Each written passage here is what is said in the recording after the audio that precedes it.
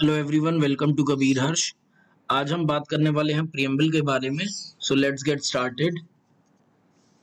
देखिए, सबसे पहले जो वर्ल्ड का फर्स्ट प्रियम्बल था वो था अमेरिकन कॉन्स्टिट्यूशन में, जिसे हमने भी इंडिया में लिया है। Preamble refers to the introduction और preface to the constitution. Preamble also contains the essence और summary of the constitution. Means constitution की समरी और इंट्रोडक्शन है। एन पालखीवाला ने आइडेंटिटी ऑफ कॉन्स्टिट्यूशन प्रियम्बल को बोला है। Preamble was amended only once, एक ही बार अमेंडमेंट हुआ है, जिसमें 3 वर्ड्स इंक्लूड हुए थे प्रियम्बल के, जो कि सोशलिस्ट, सेकुलर एंड इंटीग्रिटी। वो भी 42nd अमेंडमेंट एक्ट 1976 के द्वारा। प्रियम्बल जो अमेंड हुआ था वो हुआ था सिंपल मेजॉरिटी से। अब हम पढ़ लेते हैं the constitution of India preamble. We the people of India having solemnly resolved India to constitute India into a sovereign, socialist, secular, democratic republic and to secure to all its citizens justice कैसी होगी? social, economic and political, liberty of thoughts, expression, belief, faith and worship, equality of status and of opportunity and to promote among them all, fraternity कैसी होगी? assuring the dignity of the individual and the unity and integrity of the nation. In our constituent assembly, this 26th day of November 1949, do hereby adopt, enact and give to ourselves this constitution. अब इनके ingredients देख लीजिए। देखिए, सबसे पहला है source of authority. तो source of authority है from the people of India. Nature of Indian state वो है sovereign, socialist, secular, democratic and Republic polity. और ऑब्जेक्टिव जो कॉन्स्टिट्यूशन का है वो है justice, liberty, equality and fraternity. Adopt हुआ है 26 नवंबर 1949 को। अब कीवर्ड्स देख लीजिए। सबसे पहले है sovereign. Sovereign is India is neither dependent nor dominion of any other nation but an independent state. Independent state है सॉवरेन का मतलब। इंडिया कैन एक्वायर और cede a part of any foreign territory.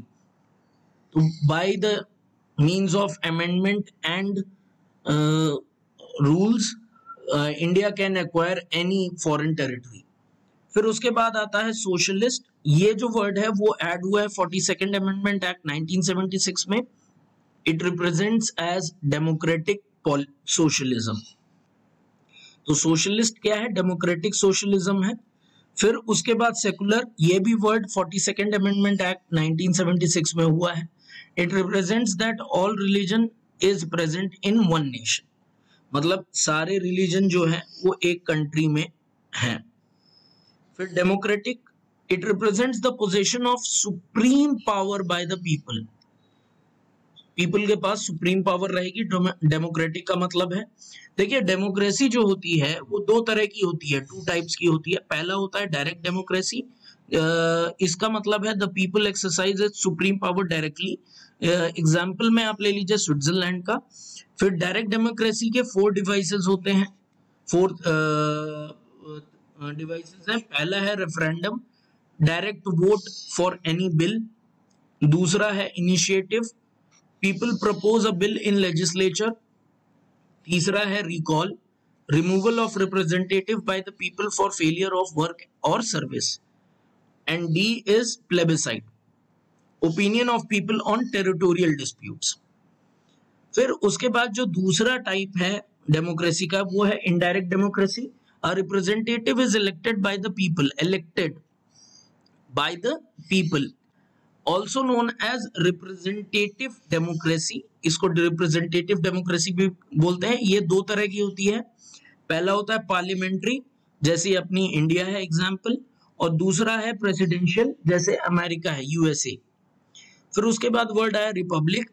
It is of democratic polity which is also of 2 types. 2 तरह के होता है Republic. एक होती है मोनार्की। मोनार्की में ये होता है कि head of a state a hereditary position, king and queen type. और दूसरा है Republic, the head of the state is elected for a fixed period like president और प्राइम मिनिस्टर. उसके बाद है जस्टिस. जस्टिस जो है वो 3 फॉर्म्स की है, सोशल, इकोनॉमिक एंड पॉलिटिकल. ये हमने रशियन रेवोल्यूशन से लिया था. फिर उसके बाद लिबर्टी. लिबर्टी का मतलब है absence of restrain on the activities of individual and at the same time providing opportunity for the development of individual personalities. Means providing opportunity and absence of restrain on the activities of individual. ये हमने जो लिया था वो French revolution से लिया था. उसके बाद है equality. Absence of special privileges to any section of the society. It is of 3 types. 3 तरह की इक्वालिटी है, सिविक, पॉलिटिकल एंड इकोनॉमिक. फिर लास्ट वर्ड है fraternity. It means sense of brotherhood in the nation by the means of single citizenship. अपने India में जो citizenship है वो सिंगल है. Duals like Britain, dual citizenship जो है वो अमेरिका में फॉलो होती है. फिर उसके बाद आपका केस लॉ आप देख लीजिए. सबसे पहले है LIC of India case, LIC of India versus consumer education and research centre. 1955 का केस है ये. It is said as an integral part as a preamble. फिर उसके बाद बेरूबारी केस आया, Berubari versus Union of India 1960 का. In this, the Supreme Court said preamble is not the part of the Constitution. फिर the most important case जिसको सबसे ज्यादा याद रखा जाता है वो है Kesavananda Bharati versus state of Kerala. 1976 का ये केस है. इसमें सुप्रीम कोर्ट ने सीधे सीधे बोला कि the preamble is the part of the Constitution and it is the introduction of the Constitution. अब amendment देख लेते हैं preamble का. The Supreme Court has said that the preamble can be amended. Preamble can be amended, but without the changes to any basic structure of the Constitution. So by the 42nd Amendment Act 1976, 3 words were added. That is socialist, secular and integrity.